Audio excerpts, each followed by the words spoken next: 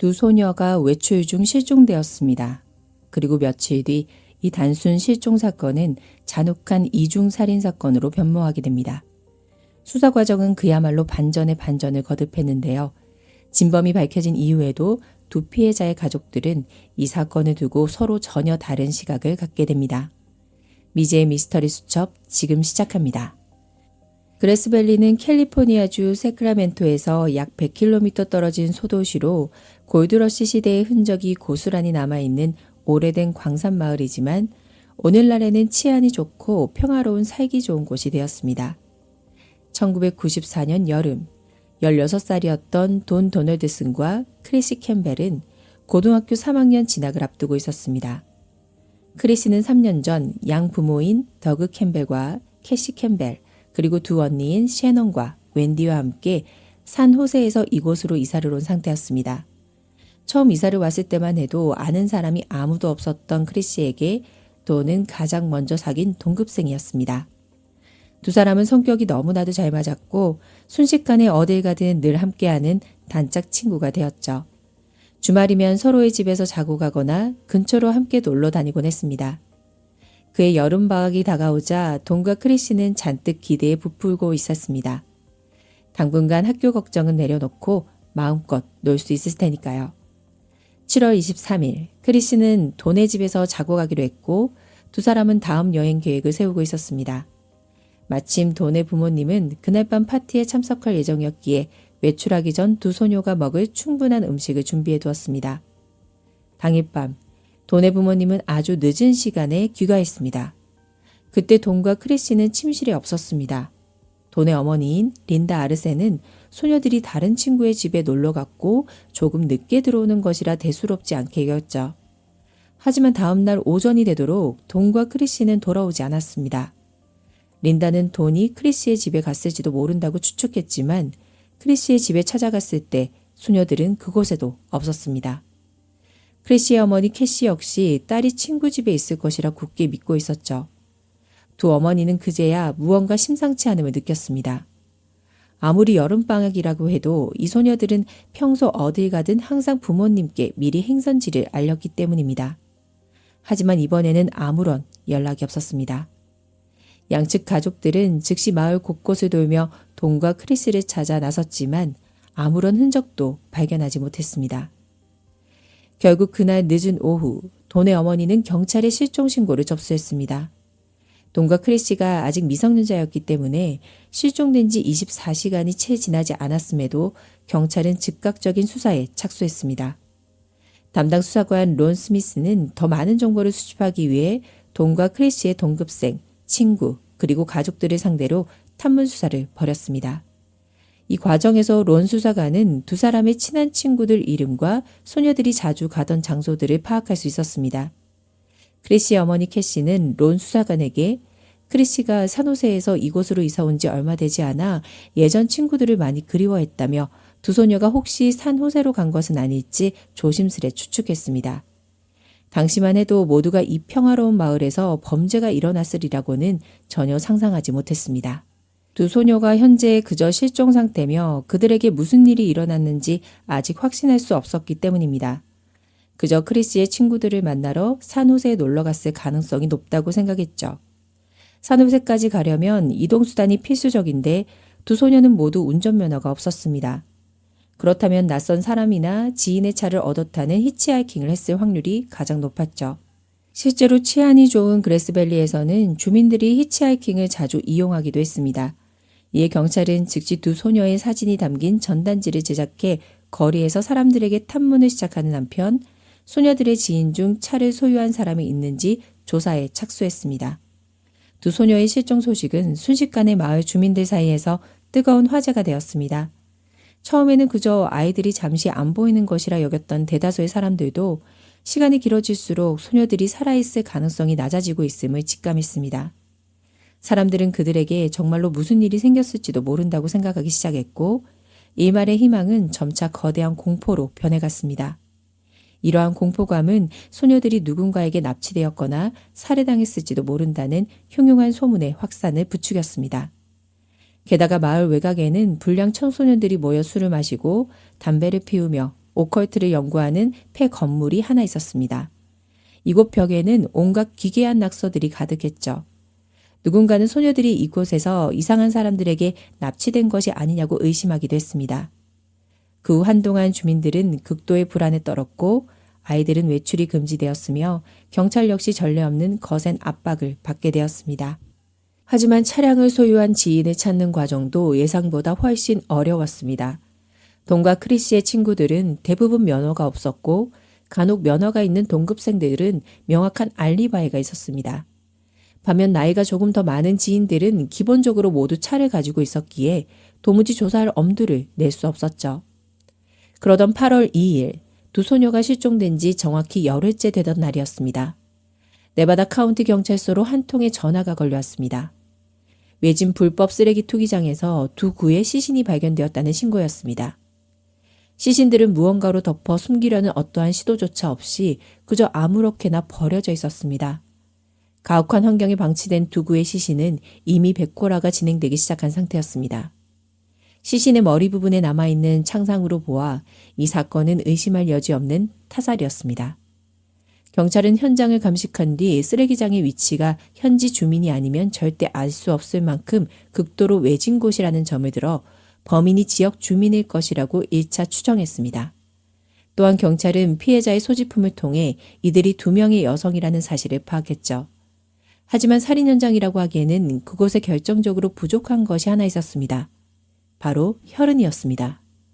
따라서 경찰은 이곳이 최초 살해 현장이 아니라 살해 후 시신을 옮겨온 장소라고 판단했습니다. 게다가 경찰은 시신 근처에서 범인과 관련이 있을 것으로 추정되는 물건을 하나 발견하게 되는데요. 바로 찢어진 성인 잡지 한 권이었습니다. 현장 감식을 마친 경찰은 수집된 증거물과 두 구의 시신을 세크라멘토에 위치한 범죄연구소와 법의학연구소로 각각 보내 정밀 검출을 의뢰했습니다. 두 여성의 시신이 발견되었다는 소식은 그날 뉴스의 헤드라인을 장식했습니다. 돈과 크리시의 가족들은 받아들이고 싶지 않았지만 이 끔찍한 사건을 실종된 두 소녀와 연관 지을 수밖에 없었습니다. 다음날 론 수사관은 부검 보고서를 전달받았습니다. 치과 기록을 대조한 결과 2명의 피해자가 크리시와 돈이라는 사실이 안타깝게도 확인되었습니다. 사인은 두 사람 모두 머리에 가해진 강한 충격이었습니다. 론 수사관은 이 비극적인 소식을 두 소녀의 가족에게 직접 전했습니다. 결코 좋은 일은 아니었죠. 이제 이 단순한 실종 사건은 이중 살인 사건이 되었습니다. 이 사건은 그레스밸리 역사상 발생한 가장 심각한 범죄이기도 했습니다. 론 수사관은 두 피해자의 가족들에게 사건 전후에 일어났던 모든 일들을 최대한 기억해달라고 당부했습니다. 아주 사소한 디테일이라도 범인을 찾는 핵심 단서가 될 수 있었기 때문입니다. 돈의 어머니는 론 수사관에게 트루디 사포라는 이름을 말해주었습니다. 트루디는 두 소녀가 한 파티에서 알게 된 사람이었는데 당시 21살이었던 트루디의 남자친구 제임스 가르시아가 본인 소유의 차를 가지고 있었습니다. 돈과 크리스는 제임스의 차를 얻어 타고 자주 놀러 다녔다고 합니다. 이 상황을 파악한 론 수사관은 즉시 트루디와 제임스를 찾아냈습니다. 두 사람은 사건 당일 밤 두 소녀를 차에 태워 드라이브를 시켜주었고 그 후 다른 친구의 집으로 그들을 바래다 주었다고 인정했습니다. 그리고 그 이후로는 돈과 크리스를 두 번 다시 보지 못했다고 말했습니다. 소녀들을 내려준 집의 주인은 샘 스트레인지라는 청년이었습니다. 이 이름에 대해 론 수사관은 결코 낯설지 않았습니다. 샘은 마을에서 널리 알려진 불량 청년이었습니다.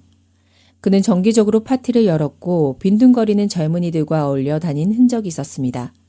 게다가 론 수사관은 샘이 현재 비공식 보호관찰 기간 중이라는 사실도 알고 있었습니다. 비공식 보호관찰은 일반적인 보호관찰과 달리 경미한 사건에 주로 적용되며 담당 보호관찰관의 공식적인 감독을 받지 않고 정기적인 면담도 필요 없이 판사가 정한 조항만 스스로 준수하면 되는 제도로 일반 보호관찰보다 삶이 훨씬 자유로웠습니다. 하지만 그럼에도 불구하고 이것은 분명 위험한 신호였습니다. 돈과 크리시의 시신이 발견된 다음 날인 8월 4일, 론 수사관은 샘을 찾아가 조사를 진행했습니다.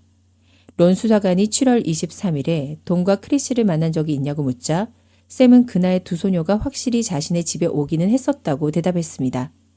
하지만 원래 계획되었던 파티가 갑자기 취소되는 바람에 소녀들은 대략 20분 정도만 머물다가 떠났다고 진술했죠. 소녀들이 자신에게 치내까지 차로 태워달라고 부탁했지만 거절했다고 말했습니다.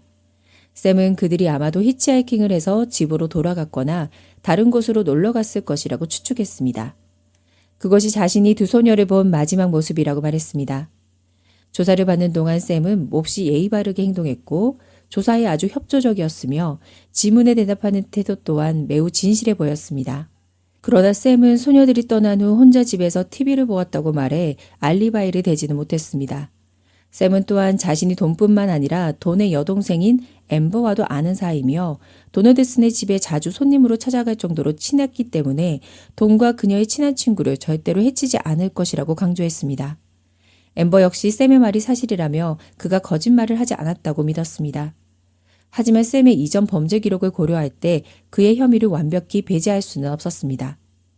이때 엠버는 돈이 얼마 전 또 다른 남자아이와 갈등을 빚은 적이 있다고 언급했습니다. 그 사람의 이름은 이든 홀덴이었습니다. 이든 역시 샘과 마찬가지로 마을에서 평판이 좋지 않았습니다. 그는 샘의 파티에 자주 오는 단골 손님이었고 알코올에 의존하며 성질이 매우 포악했습니다. 사건의 발단은 이러했습니다. 약 2주 전 돈은 이든에게 차를 빌려달라고 요청했습니다. 이든은 차를 빌려주는 건 문제없지만 1시간 뒤에 데이트를 하러 나가야 하니 그 전까지만 돌려주면 된다고 했습니다. 돈은 단번에 그러겠다고 대답했죠. 하지만 몇 시간이 지나도록 돈은 차를 반납하러 오지 않았고 이로 인해 이든은 데이트를 망쳐버렸습니다. 그는 극도로 화가 난 상태였죠. 그런데 돈이 차를 돌려줄 때 그저 미소만 지어 보이자 이든은 이것을 일종의 모욕으로 받아들였습니다. 엠버의 설명을 모두 들은 론 수사관은 이것이 이든의 살해 동기가 될 수 있다고 생각했습니다. 바로 그때 론 수사관은 결정적인 단서를 하나 얻게 됩니다. 그것은 범죄 연구소에서 시신 유기 현장에 있던 성인 잡지에서 지문을 발견했다는 소식이었습니다. 이 지문은 조 로웬탈이라는 새로운 용의자를 가리키고 있었습니다. 론 수사관은 성인 잡지가 두 피해자의 시신이 유기된 현장에서 발견되었기 때문에 만약 살인범이 성적인 목적을 가지고 범행을 저질렀다면 현장에 성인 잡지가 있는 것이 충분히 합리적이라고 판단했습니다. 론 수사관은 즉시 조의 신원 배경 조사를 실시했습니다. 올해 40세인 그는 과거 가벼운 전과 기록을 보유하고 있었습니다. 이어서 론 수사관은 조를 찾아가 그를 신문했습니다. 사건 전후로 쓰레기장에 간 적이 있느냐는 질문에 조는 일말의 망설임도 없이 갔었다고 대답했습니다.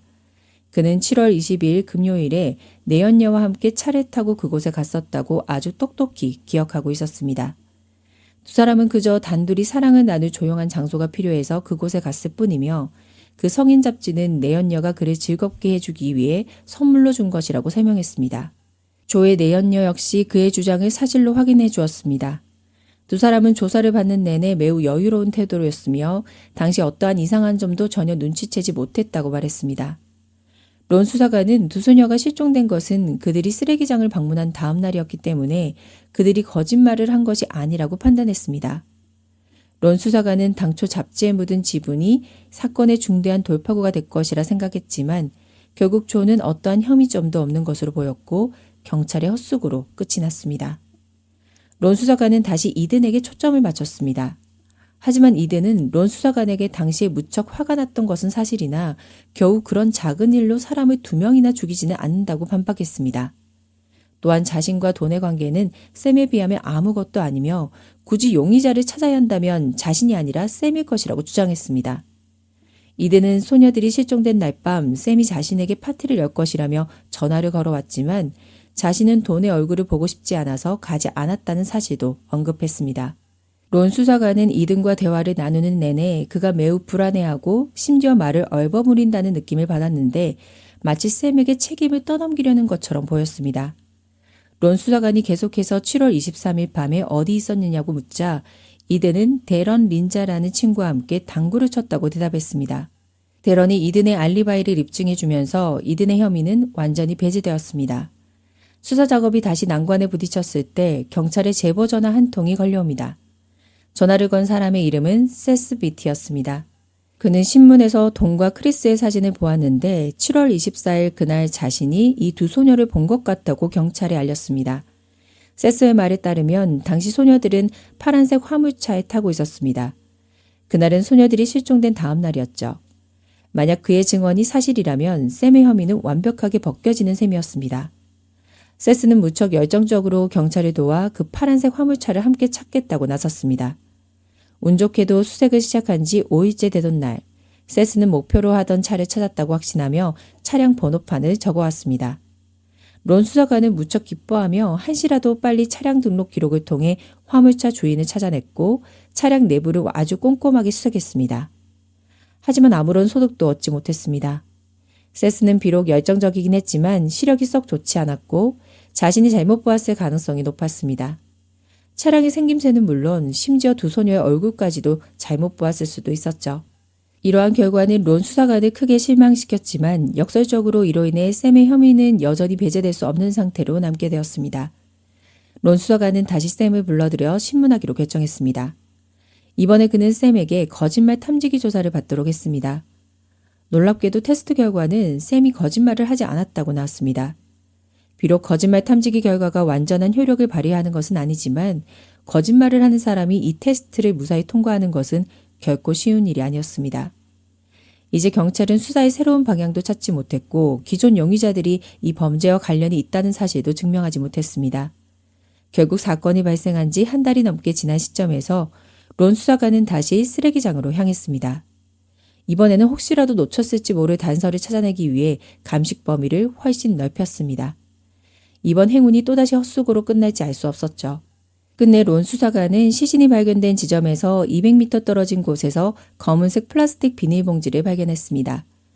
그 위에는 혈흔으로 보이는 자국이 묻어 있었습니다. 그는 즉시 비닐봉지를 범죄연구소로 보내 검출을 의뢰했죠. 6일 후 검사 결과가 나왔습니다. 이번에는 론 수사관을 실망시키지 않았습니다. 비닐봉지 안의 얼룩은 확실한 핏자국이었습니다. 그뿐만 아니라 봉지 표면에는 여러 개의 지문이 남아 있었고 대조 결과 그 지문은 이전 용의자였던 샘의 것으로 확인되었습니다.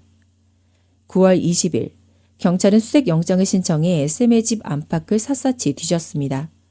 수색 작전의 소학은 컸습니다. 경찰은 현관 마룻바닥 밑과 샘의 픽업 트럭 모두에서 혈흔을 발견했습니다.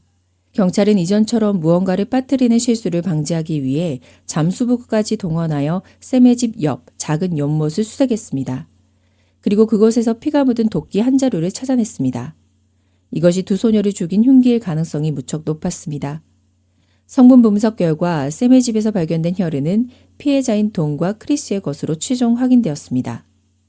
9월 28일 샘 스트레인지는 돈과 크리스를 살해한 혐의로 네바다 카운티 경찰에 체포되었습니다. 움직일 수 없는 초롱성 같은 증거 앞에서 샘은 신문 도중 완전히 다른 두 번째 이야기를 꺼냈습니다. 사건 당일 밤 돈과 크리스는 파티에 참석하기 위해 그의 집으로 왔습니다. 샘은 사람들을 부르기 위해 전화를 걸기 시작했고 첫 번째 통화 대상은 이든이었습니다. 하지만 이든은 전에 차를 빌려준 일 때문에 여전히 앙심을 품고 있었고 파티 참석을 거절했습니다. 전화를 끊은 뒤 샘은 돈을 탁하기 시작했지만 돈은 그의 말을 전혀 듣지 않고 온갖 변명만을 늘어놓았습니다. 두 사람의 말다툼은 갈수록 심각해졌습니다. 극도로 화가 난 샘은 장작을 패던 도끼를 집어들었고 이에 겁에 질린 돈은 살기 위해 필사적으로 집 밖으로 도망쳤습니다. 하지만 결국 샘에게 따라잡히고 말았죠. 바로 옆에서 모든 것을 목격한 크리스 역시 결국 샘의 손에 살해당하고 말았습니다. 이어서 샘은 두 소녀의 시신을 자신의 픽업 트럭으로 옮겨 싣고 인적이 드문 쓰레기장에 내다 버렸던 것입니다. 샘이 이전에 거짓말을 한 적이 있었기 때문에 경찰은 그를 상대로 다시 한번 거짓말 탐지기를 시행했습니다. 그런데도 놀랍게도 그는 이번 테스트 역시 통과했습니다. 1994년 10월 네바다 카운티 법원에서 샘에 대한 재판이 열렸습니다. 법정에선 샘은 자신의 이전 증언을 뒤집고 또다시 세 번째 이야기를 늘어놓았습니다. 이번에는 다른 두 사람에게 모든 책임을 떠넘겼습니다. 바로 앨런 피터스와 데미언 그레이엄이었습니다. 샘은 돈과 크리스를 살해한 진범은 이 두 사람이며 자신은 이들이 극단적인 짓을 저지를까 두려워 시신 처리만을 도와주었을 뿐 자신은 결코 살인범이 아니라고 주장했습니다. 하지만 수사 결과 경찰은 샘이 지목한 앨런과 데미언은 이 살인사건과 아무런 접점이 없다는 사실을 명백히 확인했습니다. 1996년 2월 샘은 1급 살인 1건과 2급 살인 1건의 혐의로 유죄 판결을 받아 15년간 가석방이 불가능한 종신형 2건을 선고받고 연이어 집행되었습니다. 2014년 8월 교도소에서 18년째 복역 중이던 샘은 가석방을 신청했습니다. 그의 사건을 수사했던 론 수사관은 이미 은퇴한 지 수년이 지났으나 크리스의 가족들과 함께 가석방 청문회에 참석했습니다. 반면 돈의 부모님은 추후 자신들은 청문회 초대를 받지 못했다고 밝혔습니다. 청문회 자리에서 크리스의 가족과 은퇴한 론 수사관은 모두 샘의 가석방을 강력히 반대했습니다. 하지만 사후 인터뷰에서 크리스의 양아버지 더그는 사실 그들의 가족 내에서도 이 사건을 바라보는 시각이 다르다고 털어놓았습니다. 더그는 샘이 수감된 이후 샘의 어머니인 모랄레스로부터 여러 차례 편지를 받았습니다. 모랄레스는 자신의 아들이 무고하며 진짜 살인마는 여전히 법망을 피해 자유롭게 돌아다니고 있다고 굳게 믿고 있었죠. 이를 위해 그녀는 책까지 집필하여 더그에게 한 권을 보냈습니다. 더그는 아주 오랫동안 그 책을 읽지 않았고 샘이 진범이라는 사실을 조금도 의심하지 않았습니다. 하지만 가석방 청문회가 열리기 전날 모랄레스가 그에게 다시 연락을 해왔고 두 사람은 만남을 가졌습니다. 그날의 대화는 더그에게 큰 감동과 울림을 주었고 그의 마음이 흔들리며 사건 이면에 또 다른 가능성이 존재할 수도 있다는 사실을 믿기 시작했습니다. 그의 딸 세년 역시 그와 같은 생각이었습니다. 하지만 그의 아내 캐시와 또 다른 딸 웬디는 이들과 완벽하게 상반되는 입장을 취했습니다. 캐시는 샘이 2번이나 완전히 다른 이야기로 거짓말 탐지기를 속여 넘길 만큼 교묘한 거짓말쟁이라고 생각했습니다.